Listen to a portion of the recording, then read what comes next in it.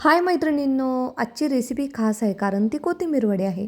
थंडीचे दिवस चालू झाले आहेत. कोथिंबीर बाजारात खूप छान अशी कवळी आली आहे. एक जोडी मी कोथिंबीर घेतलेली, स्वच्छ केली साफ करून. नंतर त्यात मिक्स डाळीचं पीठ घातलं, बेसन जरा जास्त आहे. नंतर हिरवी मिरची, लसूण, अद्रक आणि थोडे जिरे घालून मोठं वाटण केलं, ते घातलेलं आहे. गरम मसाला, हळद, मीठ आणि तीळ, चवीनुसार मीठ घालायचं. हे सगळे मसाले घालून हे मिश्रण एकजीव केलं आहे. हातानं चोळून घ्यायची कोथिंबीर.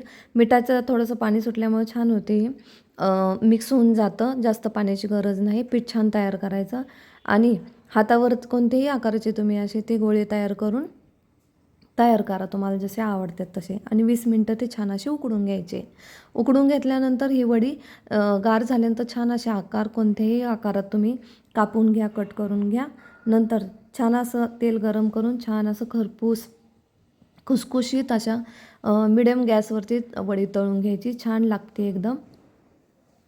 मस्त खावा, स्वस्त राहावा आणि माझे व्हिडिओ आवडल्यास लाईक शेअर करायला विसरू नका.